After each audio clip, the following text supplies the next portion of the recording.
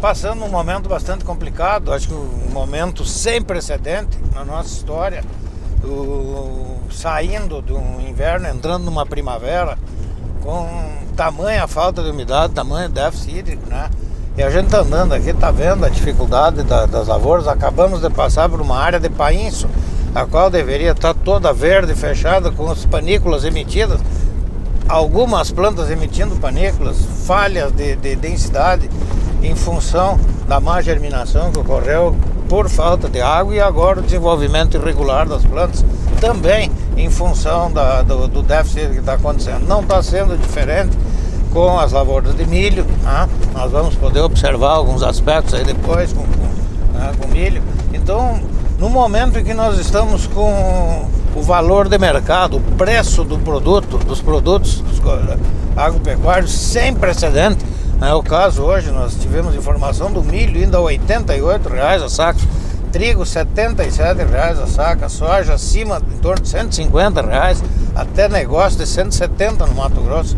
Então são preços aí sem precedentes, mas em compensação estamos com a dificuldade de produto, né? O trigo, a geada pegou muitas das lavouras aqui da região, né? Gerando inclusive a necessidade de o pessoal recorrer ao seguro. E o milho com uma dificuldade enorme de desenvolvimento, está bastante atrasado, né? Sofrendo esse déficit, já tem uma perda bastante significativa nesse momento, sem volta, né? E a apreensão aí com relação à safra de soja, se vai ser conseguido semear a soja no período adequado. Hoje nós já estamos no período ideal de semeadura de soja, que normalmente aqui na nossa região de 20 de outubro até em torno de 15 de novembro, e nesse momento é impraticável fazer a semeadura. Está o solo extremamente seco. A chuva que tivemos ontem aí foi de 18, 20 milímetros em média aqui na região, é muito pouco. Ontem nós já tínhamos um solo praticamente todo ele seco, porque a infiltração foi muito grande em função da baixa concentração de água que nós tínhamos nesse solo, né? Então infiltrou, e o que não infiltrou, com o solzinho de ontem já evaporou. E já não tínhamos condições sequer da aplicação de nitrogênio, da ureia, o nitrogênio em cobertura, que aliás é outro problema. Tem muitas lavouras aí que não conseguiram fazer essa prática, outras fizeram essa prática, né? Esse trato cultural na expectativa de chuva no final de semana, em torno aí de um mês atrás, que não ocorreu. Na verdade se perdeu esse produto. Além disso, criou ainda aí um pouco de fitotoxidez no milho em função da ureia, esse sal, né? Um sal sem água, ele realmente acaba desidratando as folhas da planta. Então uma série de problemas, né? Pelo menos nós conseguimos ver, como nós estamos vendo aqui agora, essa área, uma área com cobertura de solo. Isso é importante. O normal para nós seria nessa época aqui, mês de outubro, mês tradicionalmente de muita chuva, né? E mês que é importante nós ter cobertura de solo em função do controle da erosão. O primeiro passo para o controle da erosão é justamente evitar o contato da gota da chuva com o solo, porque a energia que traz essa gota, ela acaba quebrando a grumosidade, aquela aglomeração das partículas do solo que ficam soltas, e essa água escorre e acaba levando esse solo junto, né? Então, primeiro passo, o que você faz? Você bota palha, como nós estamos vendo aqui, para cobertura, palha ou cobertura verde, né? Para evitar o contato da gota de chuva com o solo. Segundo lugar, se usar práticas conservacionistas, como terraceamento, para segurar a água e não deixar que ela escorra, né? A lógica é assim: por que dá erosão? Primeiro, porque não tem cobertura. Segundo, porque a água escorre. Agora, por que a água escorre? Ela escorre porque não penetra. É óbvio. Então nós temos que procurar práticas que permitam infiltração de água no solo. Então veja bem, aí nós não estamos mais falando só de terraço, nós estamos falando da física do solo. Esse solo tem que ter porosidade, macroporos onde tem ar e microporos onde tem água, e que permita a infiltração dessa água. A água que infiltra não escorre, né? Então a ideia basicamente é essa. Então quando a gente vê nesse momento, nós estamos vendo aqui essas áreas onde foi colhido o trigo, esperando a umidade para cultivo de soja, né? Estamos perdendo a melhor época de semeadura, sem dúvida alguma. Tomara que dentro de uma semana, aí, como está previsto, aí para o dia 8, 9, 10, aí, que a chuva que venha farta, para que possa realmente dar condições de plantabilidade do nosso solo. Rafa, e pelo que tá me falando, eu não sou da área da agronomia, aliás, né? Eu sou da computação, né?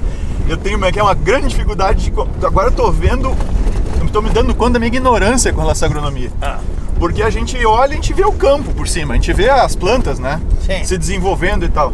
E agora tu começa a falar da estrutura física do solo. Macroporos, microporos.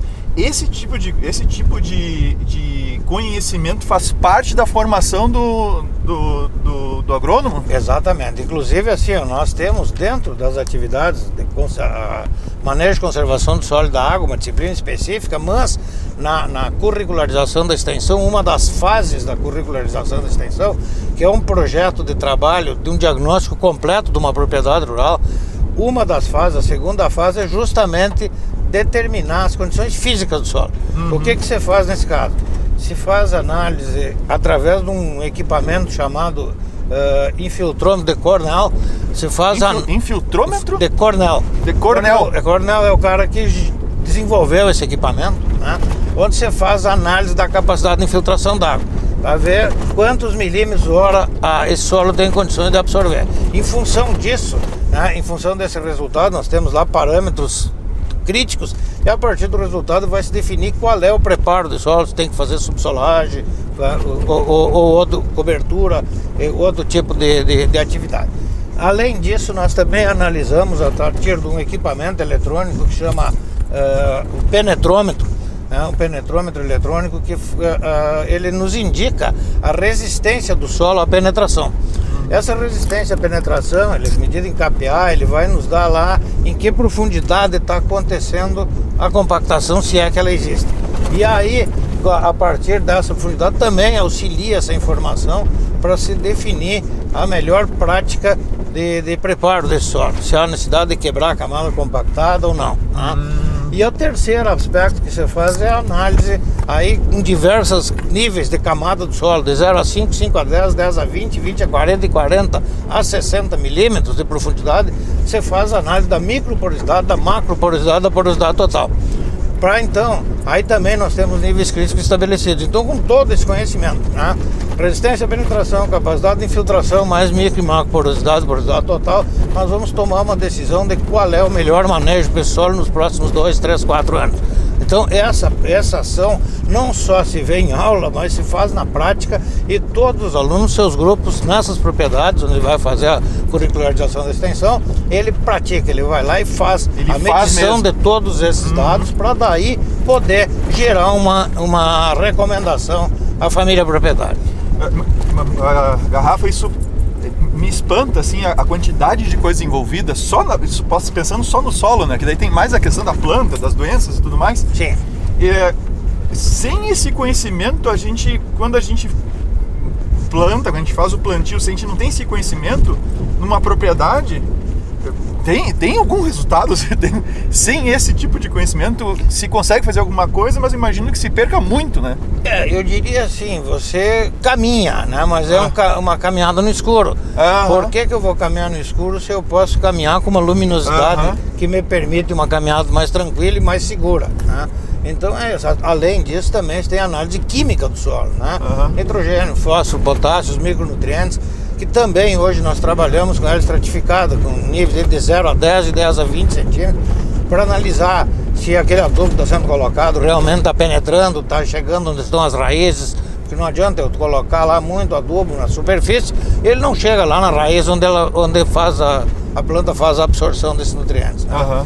Então, assim, esse conjunto todo de informações, né, ele na verdade dá muito mais segurança na condução, e aí você deixa de apenas plantar para empreender o teu negócio, né? Trabalhar com a ideia de gestão da propriedade, inclusive trabalhando com custos, muitas vezes diminuindo custos na adubação, principalmente, que tem um custo significativo, um percentual significativo no custo de produção, né, no custeio da produção. Então, nesse caso, se eu puder economizar, não ficar gastando com nutrientes desnecessários em determinadas áreas, com certeza tem duas maneiras de ganhar dinheiro, né?